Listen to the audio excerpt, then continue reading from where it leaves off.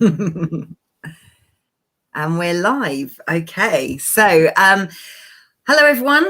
Thank you very much for joining us this evening. My name's Katie. I'm from EdTech. If you don't know anything about EdTech, basically we've been set up by a group of teachers who realize that some teachers have ambitions outside the classroom.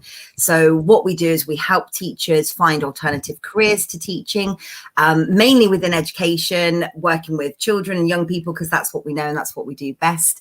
And we also have focus groups. So we've worked with GLUU before, for a focus group for them.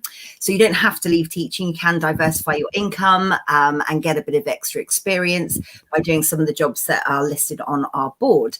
So enough about me. I'll tell you a little bit about me. I've been a teacher for 19 years in secondary education, and then I got made redundant in 2019, but it was good because I set up this company and it's been flying ever since. So really glad that you guys can join us tonight, and very, very warm welcome to our guests, Andrew and Tara. Hi, both of you. Thank you so much for coming tonight and sharing your stories. And really what it's about is about hearing from you guys what your journey's been like from the classroom into your area now. So Andrew, could you tell us a bit about yourself? Sure. Good evening, everybody. Thank you very much for having us on. It's great to share our stories as much as we possibly can, although I'm sure Tara will agree with me, sharing any length of story about yourself is quite a off-putting thing at first, especially when you start to think about it, but we'll absolutely do our best for you tonight. So my name's Andrew. Nowadays I work for a company called GLUU, G-L-U-U. We specialize in making sure the mental health of students and teachers is as best as it possibly can be so they can learn. But that hasn't always been my role. Prior to that, I was a primary school teacher in the Cheshire area, and before that, starting at the ripe old age of 16, which was sort of a long time ago, I started originally as a play worker in an after-school club, and that's where my sort of journey, if we're going to use a theme of today's webinar for you, that's where my journey started. I started very much working with primary school students. At the age of 16, we set up an after-school club where at my local primary school we had 60 children a night coming in, doing various activities before their parents picked them up at around 5:30, 6 o'clock. That's very much where it started for me, and from there I went to university. I did a Bachelor of Education at Chester, University of Chester, and then from there I actually taught only 5 years in the classroom until around September 2020, where I began this new life as my official title is community manager. But what I like to think of my job as is a role between schools. So the reason I had this position is because my specialism at school was I was an EdTech expert, so to say. I use those in inverted commas as much as possible. I specialised in using things like iPads, laptops in my lessons. I was really lucky to work in a number of schools where they were really forward thinking, and I was able to make use of technology in pretty much every lesson that I did. And I did that throughout my whole teaching career. It was only about 5 years or so. Hey Andy, this we've talked. Can everyone hear me? Okay, because I listened to a previous webinar, and I think Katie's absolutely the best at this, and we're guilty of it. So we can start with the first thing that we're all guilty of as teachers is justs and onlys. And I think only 5 years. What you learn in those 5 years has absolutely got you to this position because you were fantastic with tech. And I know we've talked about this before as well, Katie, isn't it? We're really guilty of saying we're just teachers or using that just. And I think that, so I've worked with Andy before. I'm 3 years. I'm 3 years. Yeah. I'm 3 years out of the classroom, so I'm still saying it. Yeah.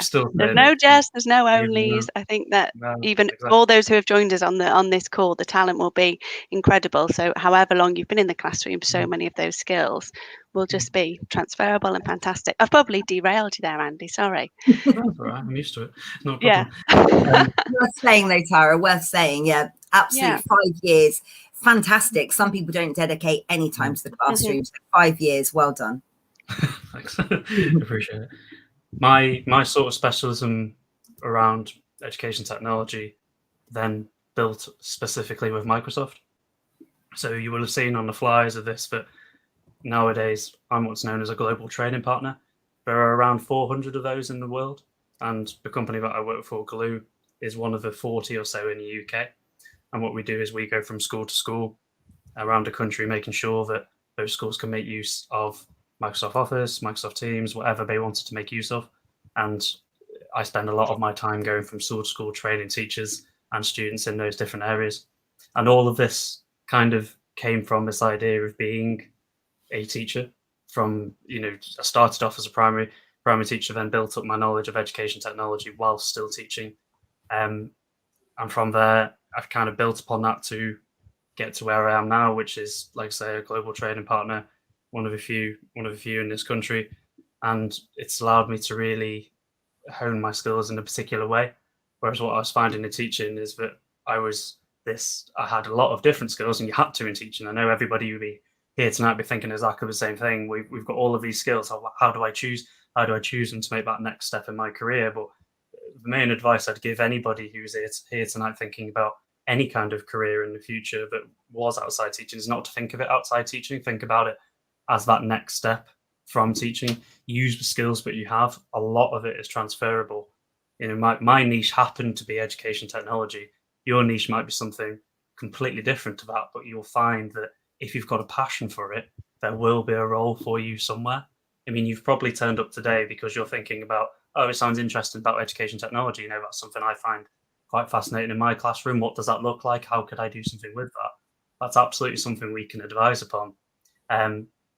So if you do have any questions for me, I've just given my sort of little journey, I suppose. I've paraphrased it quite quickly, to be honest, but I'm conscious that I want to give as much time as possible to anybody here who's got any questions for us, really, because that's where I think the time is. But I've just written down, Katie, if I will, just a few skills that I've sort of recognised about myself over the last year or so from coming out of the classroom in 2020 that I think have been really transferable to my day-to-day job now and everything that's been going on. People skills goes without saying. As when I started as a 16-year-old, the first thing I had to learn is how to communicate with a parent. It's one of the most challenging parts of the job, but those people skills are transferred really well into what now to me is a corporate world. I spend a lot of time talking to schools, of course I do, but a lot of my day-to-day is at a corporate level. So, but those people skills are very much transferable. One I didn't realize I had at all, and I'm amazed teaching taught me this, because I didn't think I'd ever have the brain for this, is data management. You're assessing children so regularly that you actually become quite au fait with data and how to recognize and analyze data. Something I never thought I'd be able to do, but teaching taught me that throughout my time of actually doing it. Obviously, what I'm doing now, you're presenting in front of a virtual world here. You don't really know who's watching you. Some people, the first time I did this in 2020, it was really off-putting. I've taught in front of 35, sometimes way more kids than that, done assemblies in front of hundreds of students, presented to parents, all sorts, everything I know that you guys will all be doing on a regular basis during your school life. But those skills are completely transferable into this world where you are standing in a room with a light on you and a camera and a microphone. You get used to it and you really learn to actually find your own style and your way of doing it. I still do the hands. I still talk on the hands. I can't kick that. Been doing that since I was teaching and I can't kick it. But that's part of what the skills taught me of actually being a teacher. The fourth one, and perhaps the most interesting one, I'm sure, Tara, I found this from going from teaching to where you are now, is a problem-solving ability. Having this almost really quick thinking of how to actually solve a problem. We know in teaching that things are wanted to be done yesterday. You've got a note from a parent you need to respond to. You need to call up a parent, speak about a safeguarding issue. You need to, all of these type of things. I know you've probably all done this week, to be honest. But the fact that you're able to, what you don't realize you're doing during that is your problem solving. You're thinking very quickly in how to actually fix whatever you've got going on in your classroom at the moment. Those problem solving abilities are completely transferable for different areas. It could be in the corporate world, a creative world. It doesn't matter. Those problem-solving skills are completely and utterly transferable. It doesn't have to be in EdTech. And the final one we were just talking about this just before we came on there was something that I know all of you will have done at some point, which I was certainly stressed about doing these, was risk assessments for trips, for school trips, for residentials, all of that type of stuff. Those risk assessments can teach you how to do really important things in another role. Filling in a form, it sounds so basic, but having that understanding of how to build upon a logical way of filling something in to ensure you get every last little bit of detail, and making sure that you effectively are keeping your class safe. That's why you're doing it. But those skills are completely transferable in other areas as well. I think my journey has led to this kind of point where I'm 3 years out of the classroom now. And if I'm being completely honest with everybody in the room, it took me about 1.5 years, maybe 2 years to figure it out. And that was because I was so ingrained, as you all are, and I know Tara will say the same thing as well, so ingrained in the life of teaching. And you go about your business, you do things the way you're used to, the long hours, you go about things, and to come from that world and just be plucked into another world of a corporate world where things move at different paces, sometimes faster, sometimes slower, and things just move at a different rate. And that, to me, is what's been the most challenging and probably the biggest reflection that I have over this journey over the last couple of years. But everybody, obviously I can't see everybody in this room at the moment, but I just want to assure everybody that those skills that you have learned via teaching, that even if you've only done it for a couple of years, are completely transferable, and you can find something that will hopefully help you thrive even more and be your next stage in your career, if that's what you're thinking of doing, or if you just want to diversify, as you say, Katie. So if there are any questions, I know, Sarah, I'm going to let you take over in a second, don't worry. But if there are any questions for me, I'll be in the chat for the rest of this. And if you want to reach out to me via LinkedIn, I'll put my LinkedIn in the comments. Send me a connection, send me a message, say, hey, can we have a quick chat? How did you get to this? What's a Microsoft Global Trading Partner? How do I do something like that? That sounds really interesting. I'm great at using Microsoft Teams. I'm great at using Microsoft PowerPoint with my kids. How can I get a bit of that? How can I enjoy a bit of that part of how can I diversify myself? Just drop me a message. I'm more than happy to respond. I can't And Andy, there's opportunity there within sort of skills that you're using in the classroom to sort of straddle. And we've talked about that before, haven't we? It's not necessarily jumping from teaching into another role. There's always opportunity still within the classroom to start dipping your toe in the water and having a little thing, because you work with quite a few teachers within your role that are still completely class-based, but might be ambassadors for, you mentioned Microsoft and Smart, for example. How many of you here use smart boards? They have ambassadors. They're always looking for people. So if EdTech was an area of interest, there's opportunity to still be classroom based, but start to see if you can, I suppose, fuel that passion, gain some more experience. And that's certainly, I don't know if you want to talk about some of those community and connections that you have with, like, you've got a great connection in Sweden. I think you were chatting with him earlier this week and doing some work, kind of allowing you to be in the classroom while you start to look. I think that's a really good piece of advice. You don't have to stop. What am I going to do next? It's that period of I'm thinking, I'm interested. What area am I interested in? And what are the opportunities to explore that whilst I'm still teaching? Yeah, I'll just touch upon that very, very quickly. So I do a lot of work with Microsoft, but I've also done work with smart technologies, as you mentioned, Tara. I'm sure you all know who Smart are as well. They have ambassadors, and what these ambassadors do is they talk about how they make use of their products. And it's not a sales pitch. It's not going out to sell things. It's talk about how you use smart technologies. Talk about how you use Microsoft. These big companies want to talk to people like yourselves who are using their products on a day-to-day basis, and they want you to talk about not how wonderful they are, but how wonderfully you use them. And that, to them, that's what's really that's kind of where I found my little part of the world, my little part of EdTech, by using my teaching experience and allowing that to aid conversations with other companies as well. Yeah, that's great to hear. And I love the fact that you sort of recognize something that you were interested in and passionate in, and then diversified into that. And I think lots of the teachers watching today can take that. What are you genuinely interested and passionate about? What do you look at anyway online, or are you getting excited about? Those are the sort of things that you want to follow with your career. And within that, there's side steps, aren't there? And I think Tara's journey is quite interesting with that, where she's had what we call a bit more of a squiggly career, without, so teaching, but also some other things. So, don't think that the next step needs to be your final step. It's just a stepping stone. So Tara, I'd love to hear a bit more about your story. Sure. Hi, everyone. Yeah, Journeys is absolutely the appropriate name. And my journey's been interesting because I was quite unique to have a position where I was a deputy head 3 days a week. So we can't see anyone, but I'd imagine some eyes are like, whoa. It's not unheard of. It's not hugely common. I was juggling a young family. I'd been in the school for a period of time. And it was a really honest, open, frank conversation that were the skills that I had. I'd worked hard to get to the leadership position, but I simply couldn't manage that whilst raising young children. So that afforded me some opportunity to, I suppose, have a little bit of space. And I did that for a few years. And at later years, I then started to pick up a little bit of consultancy in EdTech. Andy used the phrase big companies.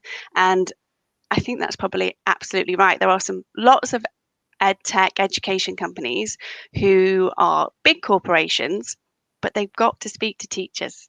They absolutely need to speak to people on the ground. And so I then found myself right place, right time, had a few conversations that led to have a chat with Tara. I was able to have conversations and talk about kind of what's needed in the classroom. And I suppose one of the really honest comments is how to talk to teachers. You've got to be that cog between industry and the classroom, because there are a lot of people making decisions who haven't been in the classroom, even to the point you might be interested in marketing, for example, or sort of copy and thinking about working for an education company. You can tell if a teacher's written something. You can tell if they've got the understanding of, we know what the classroom's like, we know how busy the days are. And those were the conversations where they needed the experience of someone who had been in the classroom. So when I first went into consultancy, and education consultant as a title, lots of people will say, well, what does an education consultant do? You're having lots of conversations. You're talking, you're sharing your experience, and you're trying to help people move their products forward, move their companies forward, or even their career, if you might be in a mentoring role. That period, though, for me of being an education consultant, it still felt and sat a little bit uncomfortable, because if we think back to Journey, sort of the trajectory when you're in a school, you might be an early career teacher ahead of year, you might move up, and it's very planned out. And it follows usually quite a linear pattern, moving through the pay scales at the end of each year.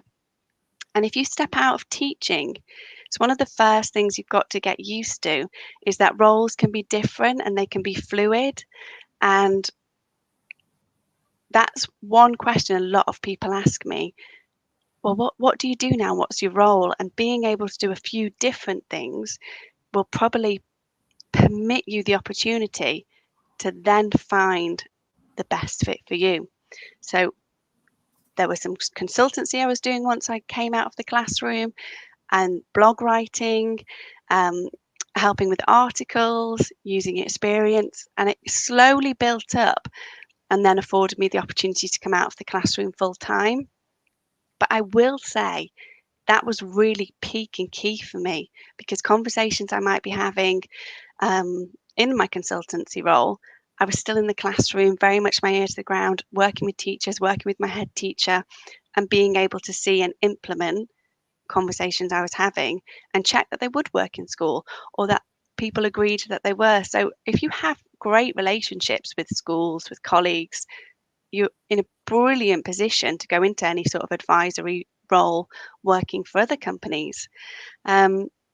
so that was one of the roles that I was doing. I did some work with Andy. That's why we're so friendly, and hopefully he didn't mind me interrupting him for saying only. But it's key that the only and the just element, the talent amongst the people who will be on this call will be huge, because I do believe that teaching is one of the hardest jobs in the world. It's not just sort of a slogan in a card, or people might talk about it at the park with your own kids. People will say to me, how do you do it, Tara? How can you control a class or a school of children? Very different, a school of children to your own kids. I can control a school with a look. My own 2-year-old don't stand a chance. But those skills that you have as a teacher, Andy touched on the problem solving, the behavior management, the being adaptable, the pace at which you make decisions when you're in school and in leadership, and it's almost not comparable. And I've spoken to other colleagues who have actually made the jump out of school, and they've really found it hard to adapt to that change in pace. The sort of, I wouldn't say that I'm ever clock watching now, but you certainly don't ever have time for that in school. Your day is, and coming away from that and stepping back, it takes some getting used to. My husband jokes that the 1st September I was actually out of the classroom. It was kind of like I wanted to go off to W.H. Smith and still fill my pencil case and get my classroom ready, because that's what you've known. And back, I suppose, circling back to the first comment about journeys, is that your journey, whatever you make now, will be very different to the quite institutionalized, I suppose, journey that is being in schools and being a teacher. The 6 weeks, your half term, your break, your summer break, new class, data. Andy, you touched on the data points in the year. It takes a while to go through the wiggles and then find your rhythm and find what works for you. Concept of annual leave was completely foreign to me. Oh yeah, holidays, yeah. when I got my contract for my new role, it said, "Oh, you've got X amount of annual leave," and I was like, "What's that?" I didn't know what it was, but it's spot on. And it's one of the big conversations people still have about holidays and missing holidays, and it being very different. But it's back to that, I suppose, that pace link of you find your new rhythm. And you find it's just been half term, and I spoke to somebody, and that kind of end of term exhaustion and slog, it comes in different waves and peaks and troughs. And that's what took me a year, Tara, at least. I was still getting tired in July time because my body was so inherently ready to be tired. Yeah, and people say, there isn't any tired quite like teacher tired. And so then I suppose it might feel contradictory that we're suggesting that whilst in that role, in a very busy world of the classroom, to try to dip your toe and to explore other avenues, but that absolutely does have to be that period of exploration. And as exhausting as that might feel, it kind of does need to be the next step on the journey. So you think about what you enjoy, what you know that you're very good at. Right, isn't it? Pardon? It's passions, isn't it? It's what you said, Katie, earlier, about finding what you enjoy.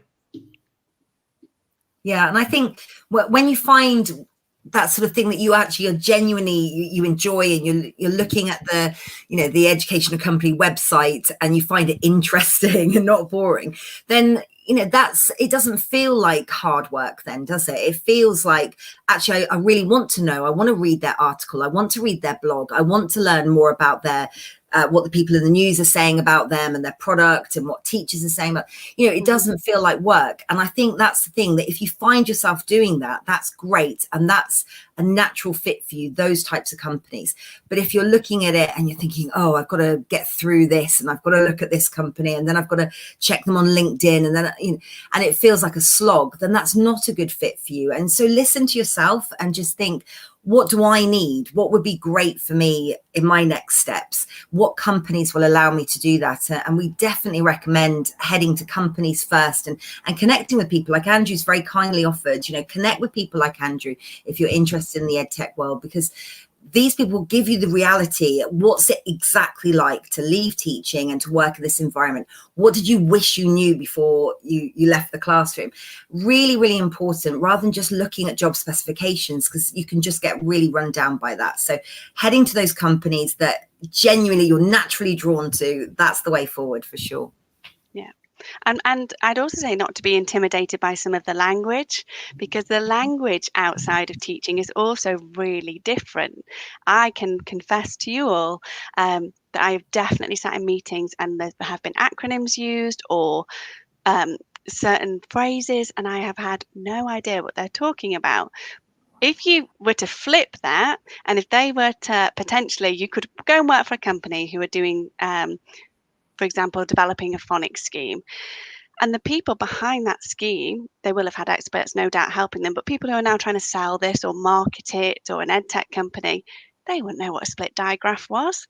They wouldn't know about graphemes and phonemes. You as the teacher have all that knowledge, but they might talk and use some business jargon that doesn't make any sense to you. And that is absolutely fine. So if you're stepping out of the classroom, you're stepping out of all the vocabulary that we know. And I'm sure, Katie, your experience of this with CVs. So if you've been a teacher for 10, 11, 12, I think I was 11 years, I had a particular letter of application, CV, very specific to education, very specific to, data, attainment, value added, progress. And it's a real step back to look at other roles, look at what's in the job description, and to not be initially intimidated by the language, unpick it, have a little look at the language, and then think, well, actually, I can do that. Of course I can do management. You've probably managed people from your first classroom. If you've had a TA working in your classroom from early career, you've had to have a relationship, you've had to manage, you might then have mentored newly qualified teachers, early career teachers. You may have then been in leadership and been managing. There's a lot of HR if you're in leadership in a school, fantastic. You may also have had the opportunity to help with shortlisting. And if you have had that opportunity in a school, that's really helpful then when you're moving forward and looking and applying at jobs, because there'll be a person specification, you get the highlighter out, you look at the applications, you're kind of matching them up. So the language that's in a job, if you like the look of it, like Katie said, but you feel intimidated, just spend a bit more time on picking that language and really think about your skills, because no doubt you probably in some form have got those skills. You've got that in your teacher toolkit. You just need to flip and adapt some of the language to make it work for the role. Yeah, can I just say, Tara, just to echo that, we've employed teachers in the past, either just for small roles or actually within business completely. They are absolutely the best applicants, easily, because it takes a little bit of time to get to know the strengths sometimes, because we've found just from experience, people in teaching aren't that, they don't come forward as much as other people might do, but the skills there are unbelievable, and a lot of them we have employed don't even realise the skills they've got, and that's why we're so keen to work with the likes of EdTech, because the key is in the name, EdTech, which means they're brilliant. Simple as that.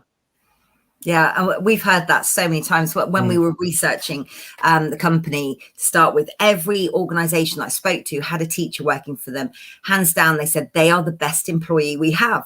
And it, that's kind of what made us think, we can do this business, we can run this, we can point teachers in the right direction of companies that genuinely value their skill set. And it's, the more we're doing it, the more we're meeting these individuals, that also people that have set up their own companies, and they've come from a teaching background, and you can do that as well. And Tara, I know you've got a new venture. Would you mind just telling us a bit about that? Yeah, talk about journeys. I didn't tell you my end point at all. So after my squiggly line of doing bits of consultancy and working with a variety of different companies, I've since founded a company which is called Limit.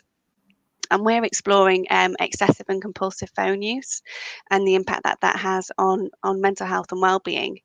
I think we've all developed quite unhealthy relationships with our phone.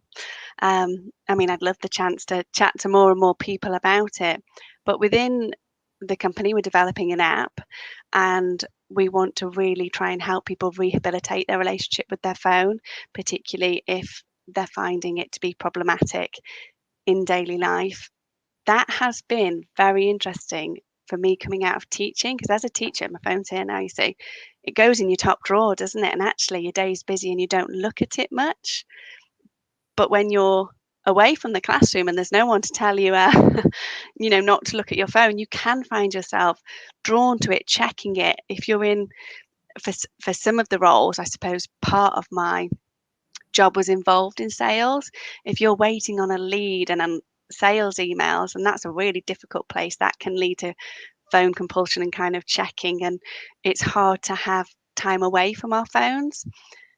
But my background in education, linking into this with my co-founder, really interested in the impact I was seeing it having on students and families. And again, I was able to bring that to the table, talking about sort of, parents even picking up from the playground, head down in screens, kind of a nod to their child who would follow behind like a duck. And you think, oh, we're really missing key interactions here. And I'm seeing the impact of phones on pupils as they're creeping in, and then certainly working with secondary schools and pastoral leads and some of the issues we're having with phones there. So a few years down the line, I'm now in a position where I am starting a business and as a founder. And yet again, it's back to those skills of problem solving, making decisions quickly, all the skill set. I definitely call it my toolkit that I gained from being a teacher have afforded me the position I'm in now. I'm speaking to you all from my parents' house, because there was no chance I could do this during kind of chaos hour and bedtime. And Mum said to me, what are you doing? Who are you talking to? And I swear my mum just still says I'm a teacher. And I'm very happy with that. I'm very proud to have had that role. And I do think it's those years, that sort of decade in the classroom, that's given me the position in business that I have now. And I look back on it. So I've got a very worn out mug that I must have got one of the years. How many mugs do you think we all collected after over our years of teaching? But this mug says, I'm a teacher, what's your superpower? And it's pretty worn out now, but I think, yeah, we did it. And if you're in the classroom and you're totally exhausted, no doubt you are, you've done it. You're doing it. If you've been a teacher, if you are a teacher, you kind of already have that big stick and big tick, that big gold star on your CV.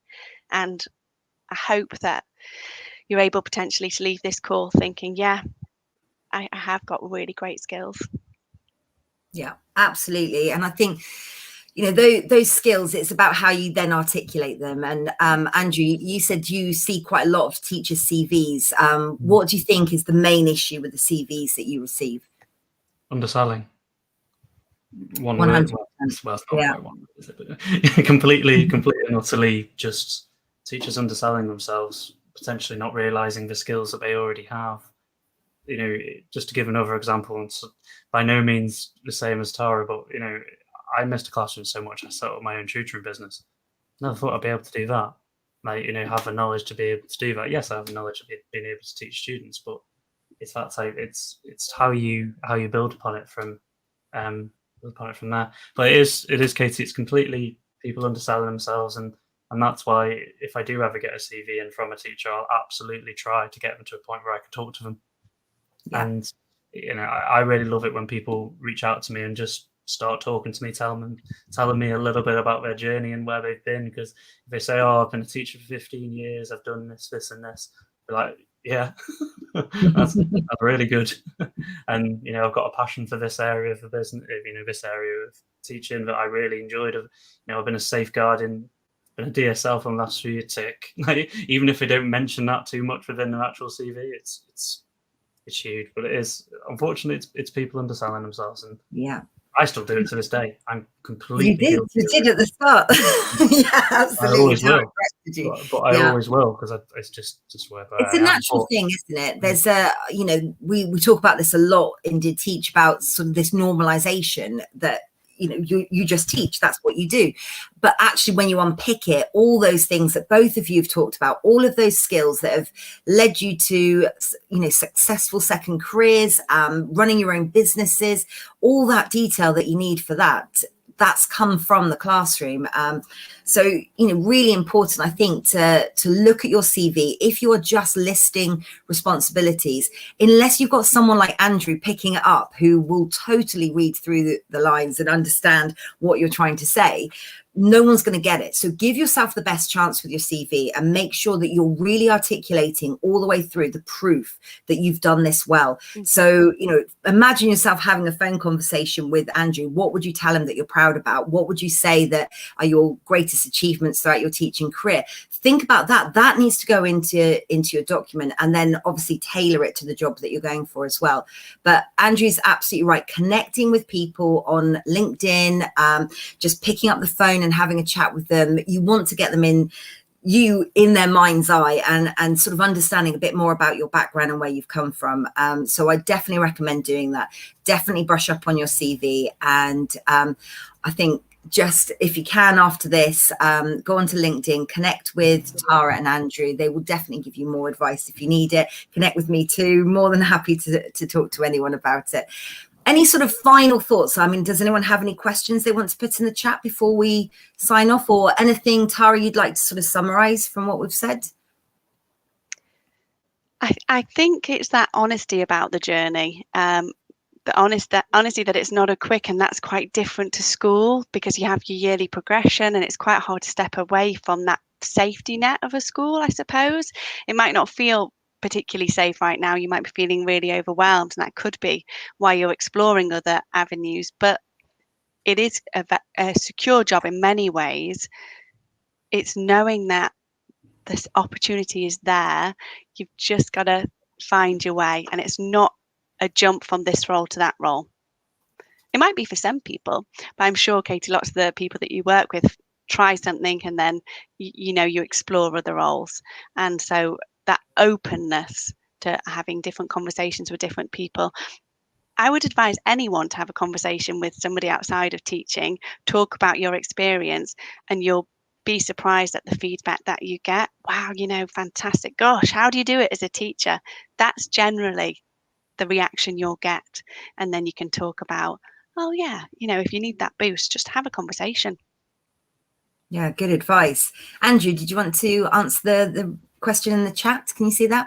Sure, thank you very much. Thank you for the question. My role was quite peculiar because the company GLUU itself was pretty much founded around the time of 2020, which means it was a startup company, which means they were looking for very, precise roles, I guess. They were looking for somebody who could fill the role of having a knowledge of education, essentially knowledge of primary at that point and now secondary, and knowledge of technology and how to use it in a school. So the role was very particular. It was given to me. It was not given to me. It was offered to me by essentially somebody who I was familiar with, essentially. And it's about who you know. Unfortunately, sometimes it is about that. That's where those connections matter. That's why those connections matter, right? To quote networking is really important. And I think as well, LinkedIn can be really useful for that, because if you start looking at particular jobs, the algorithms in LinkedIn will show you more like that. And I mean, for me, certainly when I'm researching companies, I think, have I never heard of this company before? They're massive. And it's just because I've been looking in the wrong place. So yeah, I think, Hannah, just, connect with as many people as you can in areas that you're interested in, and just ask those questions. And people are really friendly on LinkedIn, I find. Do you guys find the same thing? Yeah. I think that LinkedIn's a really positive space, actually. And that's another, we talk about, it's all a bit panned out in school, isn't it? And when you're looking for a teaching role, there's a specific website you go to, and you see the roles available that are in your county or within the area that you want to. You know exactly where to go. You just do it and there's a format, and it's all just so. And it simply isn't that easy in many ways. You've got to cast your net a little wider, look at lots of different jobs, and And LinkedIn's a really great place to start, and having a little look around LinkedIn. I also think your LinkedIn bio, have a look. There's great advice on writing bios. Make them personal. Talk about the things that you've done. You know, you see some really good ones and you see some that aren't so great. I'm not saying that mine's perfect, but by all means, you can be very welcome to go and have a little look. Just start having a little look at people's bios, the type of thing that they've done. And particularly, you can see people's experience if they were previously teachers and what they're doing now. So you're right, it's a really safe community to start looking and start exploring job roles. Yeah, I think so. And I think also Laura's asked about this, about, you know, what will attract people. I think one of the things to do is not call yourself a teacher. Like, it will be in there anyway, won't it? As, you know, your job, you're a teacher. But I think in that bio, just try to make yourself as attractive as you can to companies, you know. So skills. Andrew, you know, it would be skills based, wouldn't it? Yeah, you're passionate about EdTech, you know, that needs to be in there. Not I'm just a teacher, you know, try and avoid that as much as possible. Simon just he's asked about curriculum consultancy, which is what my role was. Yeah, that was me. So I am that teacher who did many a staff meeting, getting out and primary based, mapping curriculum, big pieces of paper, joining them all together. If you have mapped out a primary school curriculum from scratch, which I actually have done in a couple of schools, and that was my role within being a deputy, absolutely you can do curriculum consultancy, because you're able to take your lived experience and say, this is what I did. We took the history, we mapped our history to our English, we used text that made those connections, and geography, and all those fantastic things that you have done. The UK is quite unique in comparison to other countries in that probably every school has its own unique curriculum. So it's quite a personalised approach. And that was my role with Andy when I was working with GLUU. I was the curriculum consultant to EdTech companies that were developing online resources, online curriculum resources, and looking at what does a great primary curriculum look like, linking that back to Ofsted, talking about Ofsted experiences, what Ofsted had looked for in the curriculum. So there's every chance you've had that lived experience, and absolutely, therefore, you've got opportunity to consult on curriculum, share with work you've done. And a lot of companies, I think Simon's saying those sorts of roles, absolutely, if you look for curriculum consultant, those roles are there on LinkedIn. I'm sure I've seen some of those pop up just this week. Yeah, and companies, larger companies than ours, are looking for curriculum consultancy all the time. You can, you know, just speak with Microsoft again. They do a lot of work with curriculum consultants. They have a lot of online training courses that you can do and earn kind of badges within that, which can help pad out your LinkedIn profile a little bit. You know, it's only to us, it's a silly online badge, but a lot of these businesses look at this type of thing as like, yeah, that means they know our stuff. They know our stuff before they come work for us, which is huge. I really love your message in the chat, Simon, saying about do you really enjoy designing lessons, making them fun, as engaging as possible. That's perfect. Like that's what it's all about. It's finding about something you enjoy, and if that happens to lend you to a curriculum consultancy role, then fantastic. That's exactly what it's all about: finding something you enjoy and then building upon that. Yeah, absolutely. Wonderful. Well, no more questions coming in. I mean, it's been absolutely fantastic hearing both your stories, and just really empowering, I think, to sort of see your situation and to see you following your passions, following your interests, and just molding a new career for yourself using the skills that you've had in the classroom. And it's been great to hear about your journey tonight. Thank you both so much for your time. And I know obviously you'll connect with people will connect with you after this. So, you know, thank you in advance for that as well, because that's really important for people. So yes, brilliant. Well done, everyone. Thank you so much for coming. We will send this recording out as well, just in case you miss bits of it. You can get the whole thing off our YouTube channel as well. So thank you so much for joining us tonight, everyone. Thank you, Andrew. Thank you, Tara. Thanks all. Thank you. Good luck. Good luck to everyone. Bye. Bye-bye.